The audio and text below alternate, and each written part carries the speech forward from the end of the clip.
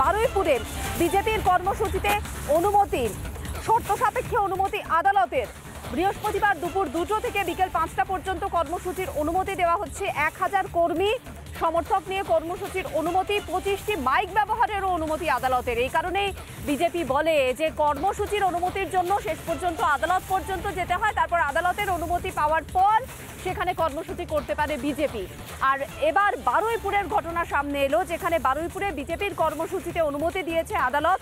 শর্ত সাপেক্ষে অনুমতি দেওয়া হয়েছে। দুপুর 2টো থেকে বিকেল 5টা পর্যন্ত কর্মসূচির অনুমতি দেওয়া হয়েছে, যেখানে 1000 কর্মী সমর্থক নিয়ে কর্মসূচি করতে পারবেন বারুইপুর বিজেপির কর্মীরা। 25টি মাইকও ব্যবহার করতে পারবেন তারা।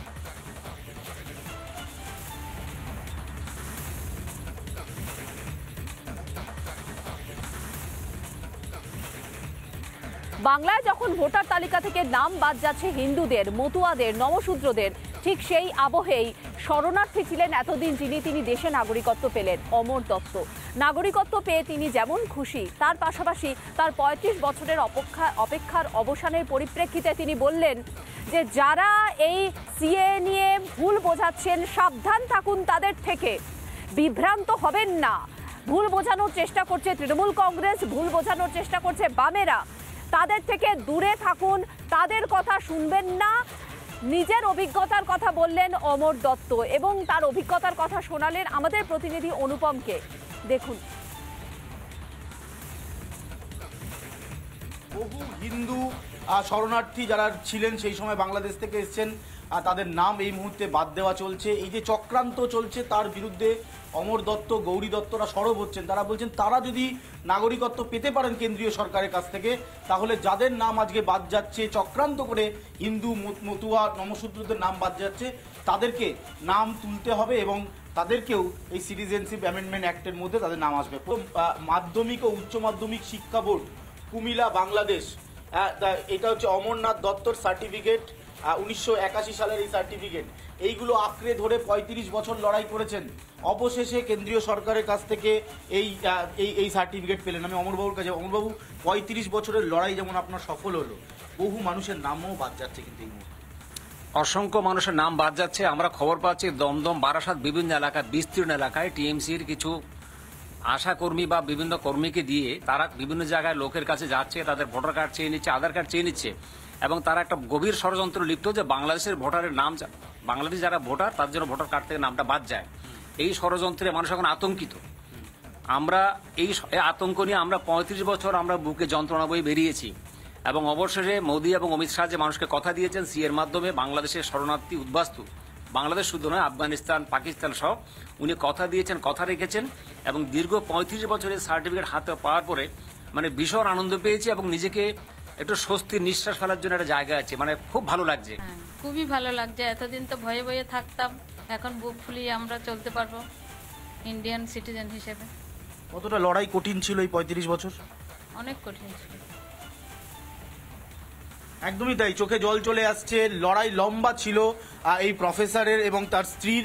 দীর্ঘ সময় ধরে অমরবাবুরা লড়াই করেছেন 35 বছর। মানুষ, বিশেষ করে বিরোধী দল সিপিএম, কংগ্রেস, টিএমসি মানুষকে বিভিন্নভাবে বিভ্রান্ত করেছে। সিএ কে করে রাস্তায় হেঁটেছে, প্রচুর আগুন জ্বালিয়েছে, ট্রেন জ্বালিয়েছে, সরকারি সম্পত্তি নষ্ট করেছে এবং বাংলাদেশে যারা উদ্বাস্ত তাদেরকে ভয় দেখাচ্ছে তোমরা এখানে সিএর আবেদন করলে তোমাদের বাড়ি চলে যাবে, ঘর চলে যাবে, তোমাদের বাংলাদেশে, পাকিস্তান, আফগানিস্তানে ফিরে দেবে।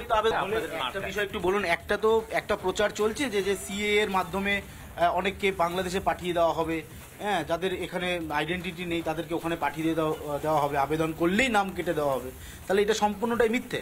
এটা সম্পূর্ণ মিথ্যে। আমি আপনাকে আবেদন করব, আপনি একজন মিডিয়ার লোক, প্রেসের লোক, আপনারা বারাসাত অফিসে চলে যান, দেখবেন সেখানে কত ডজন ডজন লোক ডেলি সিএর ইন্টারভিউ দিচ্ছে, যারা অ্যাপিয়ার হচ্ছে সেখানে, তাদের ভেরিফিকেশন হচ্ছে।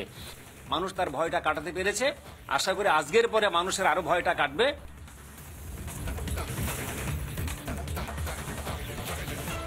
নিজেকে একটা উদাহরণ হিসেবে রাখতে বলছেন অমর দত্ত, তাকে উদাহরণ হিসেবে তুলে ধরছেন তিনি এবং তিনি বলছেন যে সাবধান থাকুন যারা বিভ্রান্ত করার চেষ্টা করছেন সিএ নিয়ে তাদের থেকে।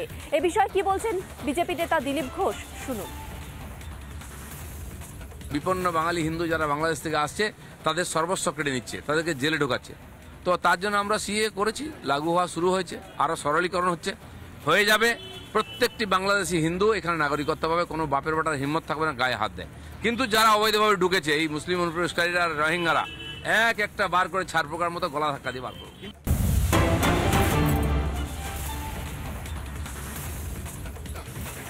কৃষ্ণনগরে ঘটেছে এমন ঘটনা, শুনলে অবাক হবেন। সেখানে কৃষ্ণনগর 2 নম্বর ব্লকে 98 জন হিন্দুকে ভোটার তালিকা থেকে বাদ দেওয়ার অভিযোগ উঠে আসছে, যেখানে কংগ্রেসেরই নেতার অভিযোগের ভিত্তিতে বিডিও করেছেন এমন কাজ। এলাকার বাসিন্দা নন বলে দাবি জেলা কংগ্রেসের সহসভাপতি, আর একেবারে সেই কথা মতো কাজ করেছেন বিডিও। তদন্তের তিনি নির্দেশিকা জারি করেছেন। কৃষ্ণনগর 2 নম্বর ব্লকের যিনি বিডিও তিনি। এবার দেখা যাচ্ছে, দেখুন, হিন্দু বিরোধিতায় আবার ইন্ডি জোট এক হয়ে গেছে। এমনিতে সারাদিন মারপিট করে নিজেদের মধ্যে, দিল্লি থেকে শুরু করে বাংলা সব জায়গায় নিজেদের মধ্যে মারপিট করছে তৃণমূল, কংগ্রেস সব। যখন হিন্দু চলে আসছে সামনে, তখন সেই ইস্যুতে তারা এক হয়ে যাচ্ছে। ইন্ডি জোট তাহলে হিন্দু বিরোধী, এটা প্রমাণ হচ্ছে। নিজেদের মধ্যে ঝামেলা করছে সারা বছর ধরে, আর যখন হিন্দু বিরোধিতার প্রসঙ্গ চলে আসছে তখন ইন্ডি জোট আবার এক। আমাদের প্রতিনিধি কথা বলেছিলেন কংগ্রেস জেলা সহসভাপতি আব্দুল রহিম শেখের সঙ্গে, শুনুন। রাজ্যের মুখ্যমন্ত্রী মমতা বন্দ্যোপাধ্যায় ভুতুরে ভোটার খোঁজার কথা বলার পর থেকেই রাজ্যে একাধিক জায়গায় শাসক দলেরই নেতা, মন্ত্রী, এমনকি জেলা সভাপতির নাম উঠে আসছে একই ব্যক্তির একাধিক জায়গায় ভোটারের। আর এই ধরনের কাণ্ড যখন চলছে, তখন নদিয়ার কৃষ্ণনগর 2 নম্বর বিধানসভার যে ধুবুলিয়া, সেই ধুবুলিয়াতেও কিন্তু পাওয়া গেল 98টা অবৈধ ভোটার, যারা এই এলাকায় বাসই করেন না, অথচ তারা ভোটার হয়েছেন, তাও আবার এই 23-24 বর্ষে। অর্থাৎ আর এই নিয়েই সরব হচ্ছে স্থানীয় কংগ্রেস নেতা আব্দুর রহিম। তিনি এই ভোটারগুলোকে কিন্তু খুঁজে খুঁজে বের করে 6/1/2025 নতুন ভোটার লিস্ট ফাইনাল রূপ পায় এবং প্রকাশ পায়। ওই ভোটার লিস্ট যখন আমরা স্ক্রুটিনি করি, তখন দেখতে পারি প্রথমবারের জন্য ভোটার হয়েছেন 70 বছরের বৃদ্ধা, 75 বছরের বৃদ্ধা, 68 বছরের বৃদ্ধা, 45 বছরের পুরুষ, 17 বছরের পুরুষ, এরকম 98 জনকে আমরা চিহ্নিত করতে পেরেছি প্রাথমিকভাবে।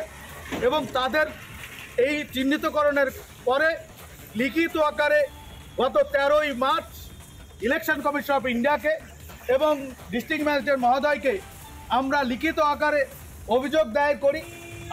আরও উল্লেখিত বিষয়, যে 98 জনের বিরুদ্ধে আমরা কমপ্লেন করেছি, সেই 98 জনের অধিকাংশ জনের ক্ষেত্রেই একটি ফোন নম্বর ব্যবহৃত করা হয়েছে।